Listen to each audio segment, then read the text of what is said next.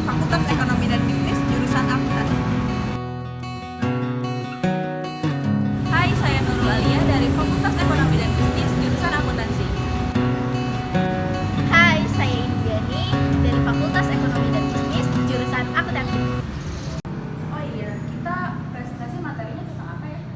Oh, ini bentar ya. Nih, kita itu kebagian materinya bab 7 kewajiban jangka panjang.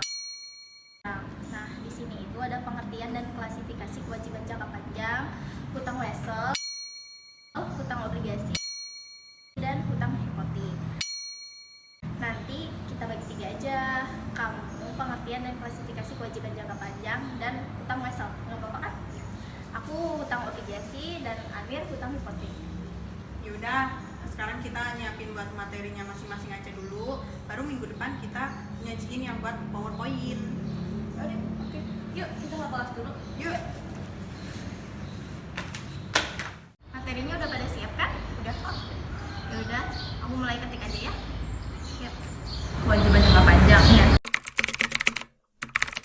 Jadi pengertian kewajiban jangka panjang itu kewajiban perusahaan yang masa jatuh temponya lebih dari 1 periode akuntansi atau 1 tahun dan pelunasannya menggunakan sumber daya yang dikategorikan sebagai aset lancar. Nah, adapun jenis dari kewajiban jangka panjang, yang pertama ada utang wesel jangka panjang.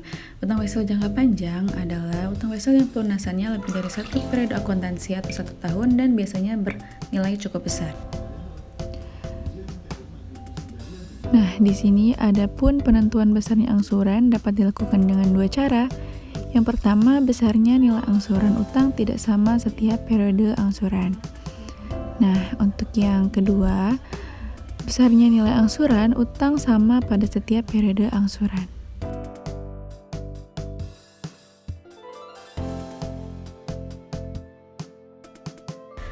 Nah, untuk jumlah angsuran tidak sama besar, yang pertama, angsuran satu dengan angsuran yang lain tidak sama besar. Dan yang kedua, jumlah angsuran pokok pinjaman sama besar, sedangkan angsuran atas bunganya tidak sama besar.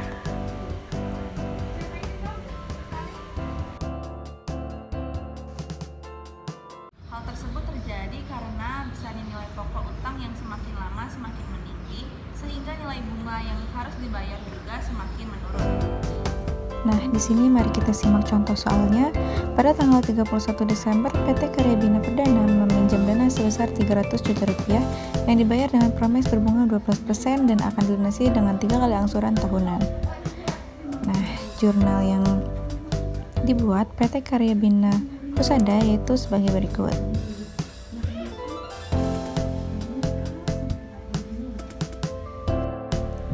Nah, pada tanggal 31 Desember, kas berada di debit sebesar 300 juta dan utang wesel dikredit sebesar 300 juta.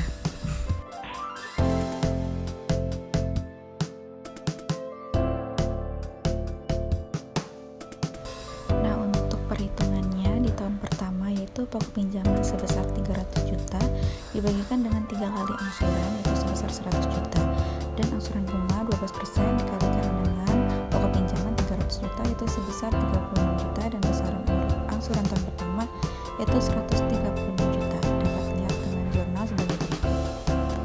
Nah, untuk angsuran yang kedua itu sama, pokok pinjaman sebesar 300 juta dibagikan dengan 3 kali angsuran itu sebesar 100 juta dan angsuran bunga 12% dikali dengan sisa pokok pinjaman 200 juta yaitu sebesar 24 juta dan total angsuran kedua yaitu sebesar 124 juta. Jurnalnya dapat dilihat sebagai berikut. Nah, di sini untuk angsuran ketiga yaitu angsuran pokok pinjamannya sebesar 100 juta yaitu sisa pokok utang dan angsuran bunga sebesar 12 juta dari 12% dikali dengan sisa pokok utang dan besarnya sebesar 112 juta.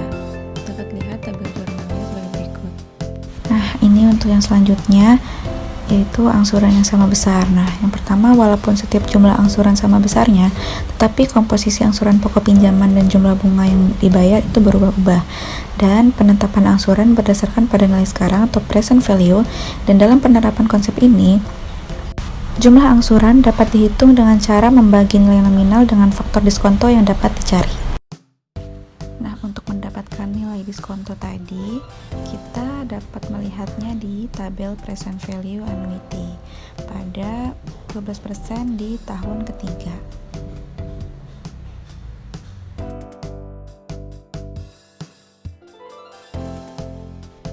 Nah, untuk penulisan jurnalnya dapat dilihat sebagai berikut.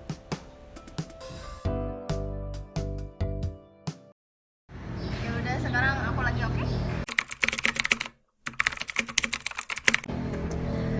Obligasi adalah surat utang jangka panjang yang diterbitkan oleh perusahaan atau pemerintah dengan nilai nominal dan waktu jatuh tempo tertentu.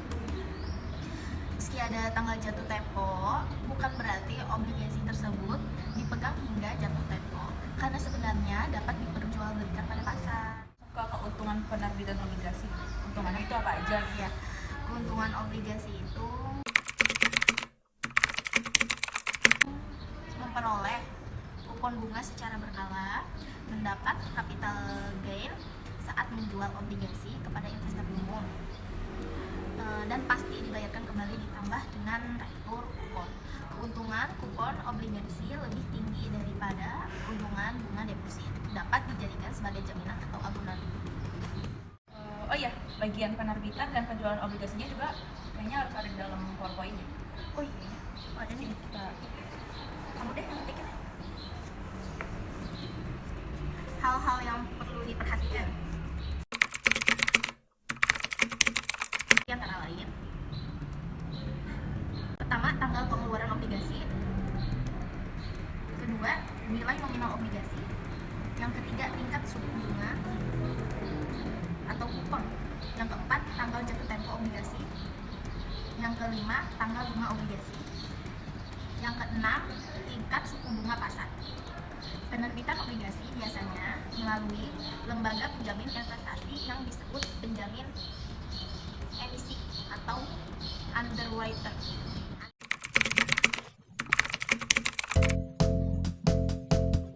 Tanggal 1 Juli 2019, PT Jaya Raya membeli sebanyak 200 lembar obligasi PT Kusuma yang mempunyai nilai sebesar 100.000 per lembar dengan harga 19.225.000. Obligasi akan jatuh tempo pada tanggal 1 September 2023. Bunga tahun adalah 15%, dibayar 2 kali setahun setiap tanggal 1 Maret dan 1 September. Nah, jurnal yang terjadi ialah pada saat 1 Juli 2019, investasi dalam obligasi sebesar 19.225 di debit, pendapatan bunga 1 juta di debit, dan kas 20.225.000 di kredit. Pada 1 September, kas 1.500.000 di debit, pendapatan bunga 1.500.000 di kredit. Pada Desember tanggal 31, jurnal penyesuaiannya ialah piutang dagang sebesar 1 juta di debit, pendapatan bunga 1 juta di kredit. Lalu investasi dalam obligasi 93.000 dan pendapatan bunga di kredit 93.000. Nah, analisa yang terjadi ialah saat 1 Juli 2019 harga obligasi sebesar 19.225.000. Bunga berjalan 4 bulan dari 1 Maret sampai dengan 1 Juli sama dengan 4 dibagi 12 dikali 15% dikali 20 juta sama dengan 1 juta. Jumlah yang dibayar sama dengan 19.225.000 ditambah 1 juta sama dengan 20.225.000. 1 September 2019 penerimaan kupon atau bunga setiap 6 bulan sekali, yaitu pada 1 Maret dan 1 September, sama dengan 6 dibagi 12 dikali 15% sama dengan 20 juta sama dengan 1.500.000. Nah, nilai nominal per lembar obligasi sama dengan 100.000. Harga perolehannya ialah 19.225.000 dibagi 200 lembar sama dengan 96.125 perak. Lalu 100.000 dikurangi 96.125 perak sama dengan 3.875 perak. Amortisasi disagio per lembar atau bulan sama dengan 3.875 dibagi 50 bulan dari tahun 2019 sampai tahun 2023 sama dengan 77,50 perak.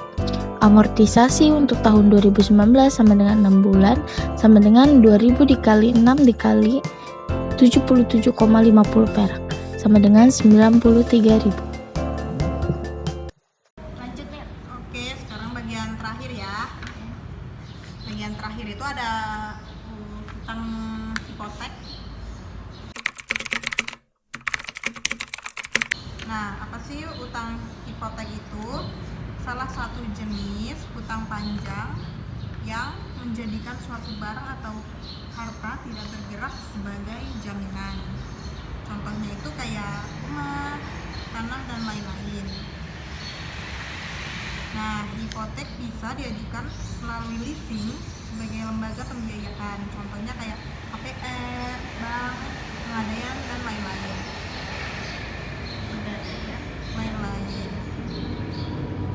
Perjanjian jangka panjang dari hipotek sendiri biasanya selama 15 sampai 20 tahun, tapi tergantung juga kesepakatan awal antara kedua belah pihak, antara kreditur dan debitur. Nah, apabila dalam perjanjian si peminjam atau kreditur tidak melunasi pinjaman tepat pada waktunya, kreditur atau pemberi pinjaman dapat menjual jaminan yang diberikan oleh peminjam untuk perhitungan dengan peminjaman yang bersangkutan.